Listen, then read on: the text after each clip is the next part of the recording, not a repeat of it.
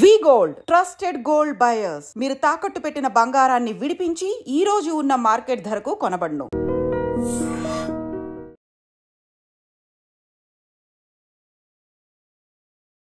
నమస్కారం, welcome to I dream. నేను మీ ఝాన్సీ. Belly fat. ఈ బెల్లీ ఫ్యాట్ తగ్గించుకోవడానికి ప్రయత్నించని వారు ఉండరు అంటే అతిశయోక్తి కాదండి. చాలామందికి ఇప్పుడు లైఫ్ స్టైల్ వల్ల కానివ్వండి, సెడెంటరీ లైఫ్ స్టైల్ అంటూ ఉంటారు. ఏ వ్యాయామం చేయలేకపోవడం వల్ల, హెరిడిటీ వల్ల కూడా బెల్లీ ఫ్యాట్ పెరిగిపోతుంది. అసలు మరి ఈ బెల్లీ ఫ్యాట్ ఎందుకు వస్తుంది, తగ్గించుకోవాలంటే ఏం చేయాలి, ఆయుర్వేదంగా ఏమైనా మందులు కానీ చిట్కాలు కానీ ఉన్నాయా, ఈ విషయాలను డిస్కస్ చేద్దాము. ప్రస్తుతం మనం 40 ఏళ్ల సుదీర్ఘ అనుభవం కల్లా ఆయుర్వేద వైద్యులు డాక్టర్ బాలకిషన్ గారి దగ్గర ఉన్నాము. నమస్కారం అండి. నమస్కారం అమ్మా. ఎలా ఉన్నారు సార్? ఫైన్ సార్, అయితే బెల్లీ ఫ్యాట్ ఇంతకుముందు మీ జనరేషన్లో మీ ఫాదర్ కానీ, మీ గ్రాండ్ ఫాదర్ కానీ, మీ మదర్, గ్రాండ్ మదర్ వాళ్ళు ఫేస్ చేయని ప్రాబ్లమ్స్ అన్నీ కూడా ఇప్పుడు ఫేస్ చేస్తున్నాము. సో ఈ బెల్లీ ఫ్యాట్ అసలు ఎందుకు వస్తుంది? ఓన్లీ లైఫ్ స్టైలా, ఓన్లీ ఫుడ్ హ్యాబిట్స్ వల్లనే వస్తుందా? ఈ చాలా మంచి ప్రశ్న ఇస్తారు. ఏంటి బెల్లీ ఫ్యాట్స్ ఎందుకు వస్తున్నాయి? వంశపారంపర్యమా లేదా మనం చేస్తున్నటువంటి అలవాట్ల, మనం జీవిస్తున్న జీవనశైలి అని ఇక్కడ ఓన్లీ ఫర్ ఏంటంటే జీవనశైలి మాత్రమే చెప్పాలి. జీవనశైలి అంటే జీవిస్తున్న జీవన విధానం కరెక్ట్గా లేదని చెప్పాలి. ట్రాక్ తప్పిపోయింది, కరెక్ట్గా లేదు. సో కారణాలు ఏంటి అంటే నిద్ర, ఆహారం ఈ రెండు కూడా లోపించాయి. దానివల్ల ఫ్యాట్స్ పెరగడం, విపరీతంగా పెరిగిపోవడం సంభవిస్తుంది.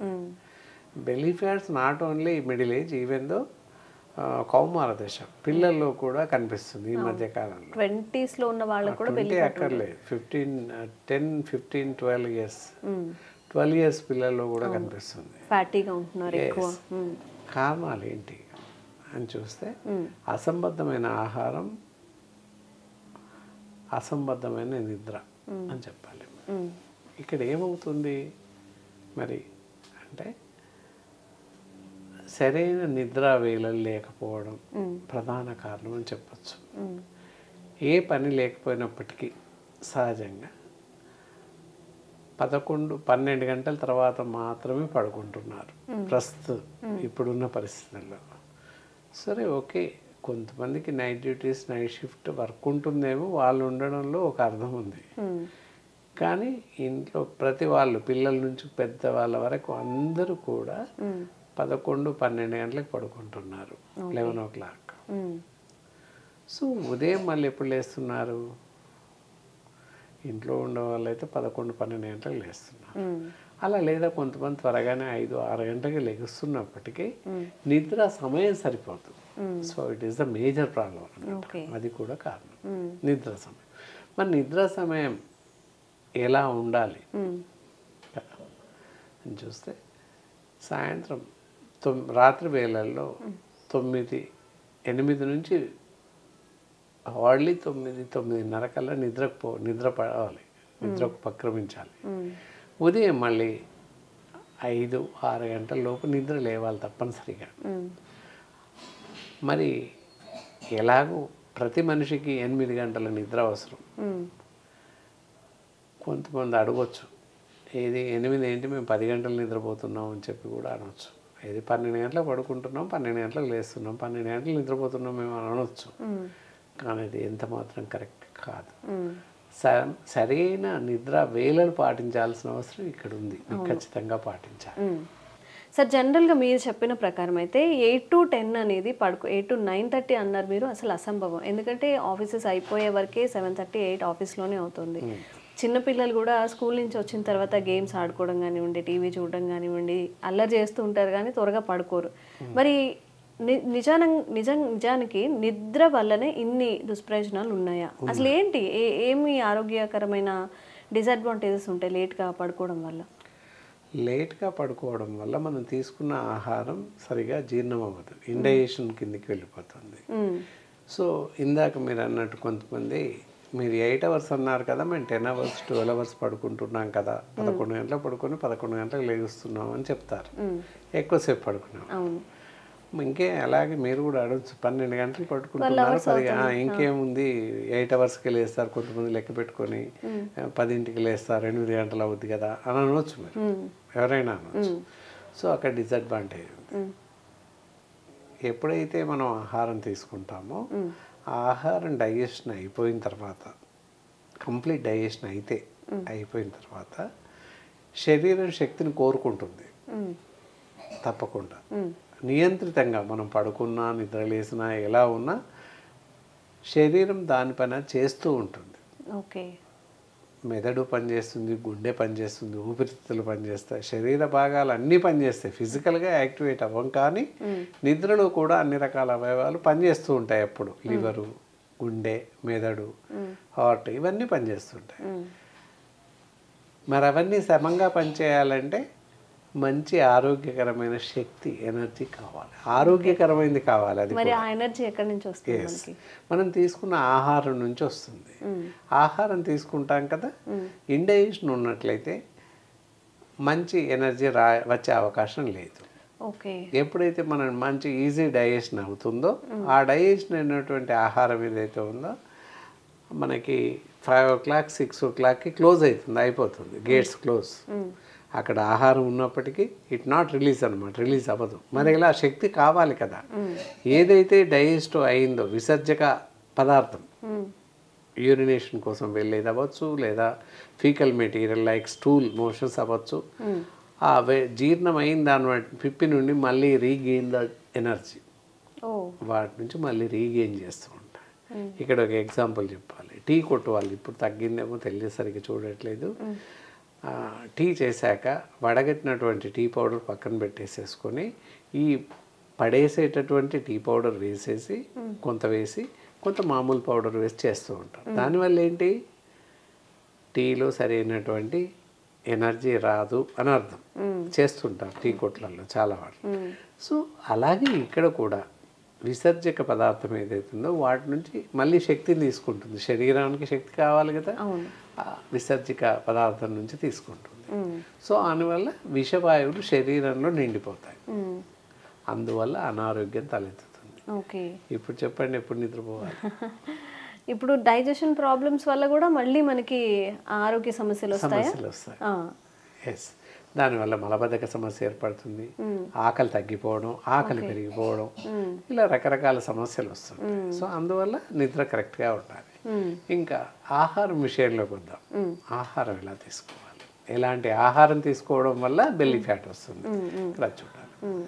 చాలామంది ఆహారం అవసరం ఉన్నా లేకున్నా తింటూనే ప్రతి ఏదో ఒకటి తింటూ ఉంటారు. ఎప్పుడు దవడ కదులుతూనే ఉంటుంది, ఏమాత్రం ఖాళీ లేకుండా తింటూ ఉంటారు. అలా తినడం కరెక్ట్ కాదు. అలా అని అసలే తినకపోవడం కూడా అనారోగ్యమే. చాలామంది ఏం చేస్తున్నారు, బెల్లీ ఫ్యాట్ వస్తుంది, అది వస్తుంది, ఇది వస్తుందని ఈ మధ్యకాలంలో ఆహారం పూర్తిగా మానేస్తున్నారు. తినకూడదు అని మొత్తం మానేస్తున్నారు. ఇందాక చెప్పినట్టు ఆయిల్ ఫుడ్ తీసుకోకూడదు, నెయ్యి తీసుకోకూడదు, ఇవన్నీ తీసుకోవడం వల్ల ఫ్యాట్ ఎక్కువ పెరుగుతుంది, దానివల్లనే మేము బరువు పెరిగిపోతున్నాం, లేదా ఫ్యాట్ పెరుగుతుంది, బెల్లీ ఫ్యాట్ అందుకే వచ్చింది అని చెప్పేసి చాలామంది పూర్తి ఆహారం మానేస్తున్నారు. అలాంటి సమస్య, అలాంటి వాళ్ళని మీరు చూస్తుంటారు కదా సార్. మరి ఆరోగ్యంగా ఉండాలి అంటే కరెక్ట్గా పడుకోవాలి, కరెక్ట్గా తినాలని మీరే చెప్తున్నారు. మరి ఎలాంటి ఆహారం తీసుకుంటే, అంటే అందరికీ మైల్స్ పెరిగిపోయాయి, ఇప్పుడు నెయ్యి తింటే ఆరోగ్యం పాడవుతుంది అంటారు. మీరు అన్నట్టుగా వేరుశనగ నూనెలు ఇవి తీసుకున్నా కానీ ఎక్కువ హెల్త్కి డిసడ్వాంటేజెస్ ఉంటాయి అని చెప్తూ ఉంటారు. ఏ టైంకి తినాలి, ఎక్కడితో ఆపాలి? ఇక్కడ ఏంటి అంటే ఆహారం తీసుకోవాలి, అసలే తీసుకోకపోవడం వల్ల బరువు తగ్గకపోగా, అంటే బెల్లీ ఫ్యాట్ తగ్గకపోగా ఇతర అనారోగ్య సమస్యలు తలెత్తే అవకాశాలు చాలా ఉన్నాయి. దానివల్ల ఏంటి, సర్క్యులేషన్ ఆఫ్ బ్లడ్ తగ్గడం, దానివల్ల న్యూరలాజికల్ డిజార్డర్స్ రావడం, జ్ఞాపక శక్తి తగ్గిపోవడం, వెనికిడి శక్తి తగ్గిపోవడం, ఏ పని చేయలేకపోవడం, ఇవన్నీ సమస్యలు తలెత్తే అవకాశం ఉంది. ఏది భోజనం పూర్తిగా మానివేయడం వల్ల. నేను పళ్ళరసం తీసుకుంటున్నాను, లేదా పళ్ళు తాగే ఉంటున్నాను, రకరకాల పళ్ళు తిని తినట్లేదు బరువు తగ్గాలని అని చెప్పేసి చెప్తూ ఉంటారు. నేను ఒక 6 కిలోమీటర్లు నడుస్తూ ఉన్నాను రోజు, అయినా బరువు తగ్గట్లేదు, ఇలాంటి ఆహారం తీసుకుంటున్నాను, మొత్తం ఆహారం మానేసి చిరుధాన్యాలే తింటున్నాను, లేదా రాగి జావనే తింటున్నాను బెస్ట్గా, ఇలా రకరకాల కామెంట్ చెప్తున్న వాళ్ళు ఉన్నారు, మీరు విని ఉంటారు. సో ఇది ఏమాత్రం కరెక్ట్ కాదు. అసంబద్ధమైనటువంటి ఆహారం అని ఇందాక పైన చెప్పుకున్నాం, ఇదంతా కూడా అసంబద్ధమైన ఆహారం. ఇలా ఆహారం తీసుకోవాలి, కానీ ఆహారం తీసుకుంటూనే బెల్లీ ఫ్యాట్ని తగ్గించుకోవాలి. అది ఎలా, ఇక్కడ అదే ఆలోచించాలి. ఎలా తీసుకోవాలి ఆహారం? 8 గంటల నుంచి 10 గంటల లోపు అల్పాహారం ఏదైనా తినండి, ఇడ్లీ తినండి, వడ తినండి, పూరి తినండి, అయినా బరువు పెరుగుతుంది. ఉదయం టైంలో అట్లీస్ట్ 10 లోపు బ్రేక్ఫాస్ట్ చేయాలి, తప్పనిసరి, తప్పకుండా తినాలి. హై కాకపోతే ఇంత రైస్ తినాలి, సరిపోతుంది. రైస్ తిన్నా నష్టం లేదు, లెమన్ రైస్ లేదా డైరెక్ట్ రైస్ ఏదో ఒకటి తినేసేయచ్చు, పచ్చడి అన్నమో లేదా పెరగనమో ఏదో తినేసేయచ్చు, నష్టం లేదు. ఇక మధ్యాహ్నం వేళలో ఈ బిఫోర్లో మళ్ళీ బ్రేక్ఫాస్ట్ తర్వాత ఎలాంటి ఆహారం తీసుకోకూడదు. ప్రతి భోజనానికి మధ్యలో 4 అవర్స్ లిమిటేషన్ టైం ఉండాలి. మీరు అడిగారు టైం ఏంటి అని, ఇది. అయితే మధ్యాహ్నం భోజనం 12 గంటల నుంచి 2 గంటల లోపల ముగించాలి తప్పనిసరిగా. అంటే 8కి తిన్నవాడు 12కి తింటాడు, 9కి తిన్నవాడు 1, ఈ విధంగా టైం అన్నమాట, షెడ్యూల్ టైం. ఆ విధంగా ఎవరికి వారుగా నిర్దిష్టంగా సమయం నిర్ధారించుకోవాలి. 12 గంటలకి తినాలని కాదు, అందుకే లిమిటేషన్ చెప్పాము. ఒక్కో టైంకి వాళ్ళ డ్యూటీ పరంగా, వాళ్ళు చేస్తున్న పనుల పరంగా ఆ సమయాన్ని కేటాయించుకుని ఆ విధంగా ఎవ్రీడే తింటుంటాం అదే టైం. ఎందుకంటే మా విషయంలో తీసుకుంటే ఎక్కడైనా డాక్టర్స్ ఎవరైనా కూడా 3 గంటల లోపల భోజనం చేయలేడు, అస్సలే చేయలేము. లంచ్ అది వెరీ మిరాక్యులస్ అనమాట, అస్సలు చేయలేము. ఏ డాక్టర్ కూడా తినలేడు. నైట్ మళ్ళీ 10 o'clock 9:30 ప్రాంతంలో డిన్నర్ అవుతుంది. డిన్నర్కు రావాలి. మధ్యాహ్నం భోజనం మాత్రం 3 గంటల లోపల అసలే చేయలేము. ఏ డాక్టర్ అయినా, నేను కాదు, ఏ డాక్టర్ అయినా మొత్తం ఆల్ ఓవర్ ద కంట్రీ ఇదే పరిస్థితి. సో ఆ టైం మాకు సెట్ అవుతుంది. 3 నుంచి 4 మధ్యలో తినేస్తాం అంతే. 2 నుంచి 4, 2 నుంచి 3 చెప్పాం కదా, 2 గంటల వరకు ముగించండి నేను. ఆ స్టేజ్లో మాది 3కే తింటుంటాం అట్లా. ఆ టైం చూడడం అంటే అది టైం అన్నమాట. 12కి తినాలి అని లేదు, ఇది లిమిటేషన్ టైమ్స్. ఆ టైం రోజు కరెక్ట్గా సెట్ చేసుకోవాలి. అది ఆ విధంగా తింటూ ఉండాలి. నైట్ డిన్నర్ ఎలా మళ్ళీ సాయంత్రం స్నాక్స్ తినొచ్చా తినకూడదా? తినవచ్చు. నిరభ్యంతరంగా పాలు తాగండి, కాఫీ తాగండి, టీ తాగండి, మీకు ఇష్టమైంది. లేదా ఏదైనా పళ్ళు రైస్తో పాటు లేదా బ్రేక్ఫాస్ట్తో పాటు పండ్లు తినాలి. పళ్ళు ఓన్లీ సప్లిమెంట్ ఫుడ్ మాత్రమే, కంప్లీట్ ఫుడ్ కాదు. మనం తీసుకున్న ఆహారం త్వరగా జీర్ణం అవ్వడానికి పళ్ళు తినాలి, అంతే తప్ప పళ్ళు ఆహారం కాదు, ఎంత మాత్రం కాదు. రాత్రి ఎంటీ స్టమక్ అండి, ఖాళీ అరటిపండు తిని పడుకున్నానని చెప్తుంటారు చాలామంది, లేకపోతే సంత్రా తిని పడుకున్నాను, అది అసలే డైట్ కాదు. కనుక తప్పకుండా ఆహారం తీసుకొని తదనంతరం పళ్ళు తినాలి. అప్పుడు మనం తీసుకున్న ఆహారం జీర్ణం అవుతుంది. అది నైట్ కూడా అన్నం తినేయచ్చు. ఏ టైంకి తినాలండి నైట్? ఇప్పుడు 2 o'clock మనం అక్కడికే వస్తాం. 2, 4, 6 అంటే 7 నుంచి 10, 9:30, 10 లోపు. ఎస్, 7 నుంచి 9:30 లోపు భోజనం ముగించాలి. ముగించాక మినిమం అరగంట నుంచి గంట సమయం ఇవ్వాలి. రాత్రి భోజనం తర్వాత మినిమం గంట సేపు టైం ఇచ్చేసి తర్వాత ప్రశాంతంగా నడవాలి 10 నిమిషాలు. వాకింగ్ ఎలా అంటారు, శారీరకంగా ఎక్సర్సైజ్ అవసరం బెల్లీ ఫ్యాట్ ఉన్న వాళ్ళకి. ఎవరికైనా కూడా చాలా మంచిది. ప్రతి మనిషి కూడా ఉదయం లేవగానే ఒక అరగంట సేపు నడవాలి. బ్రేక్ఫాస్ట్ తర్వాత 10 నిమిషాలు నడవాలి. మధ్యాహ్నం భోజనం తర్వాత 10 నిమిషాలు నడవాలి. రాత్రి భోజనం తర్వాత 10 నిమిషాలు నడవాలి. ఆ తర్వాత గంటకి పడుకోవాలి. ఇది పడుకునే సమయం, భోజన విరామం సమయం.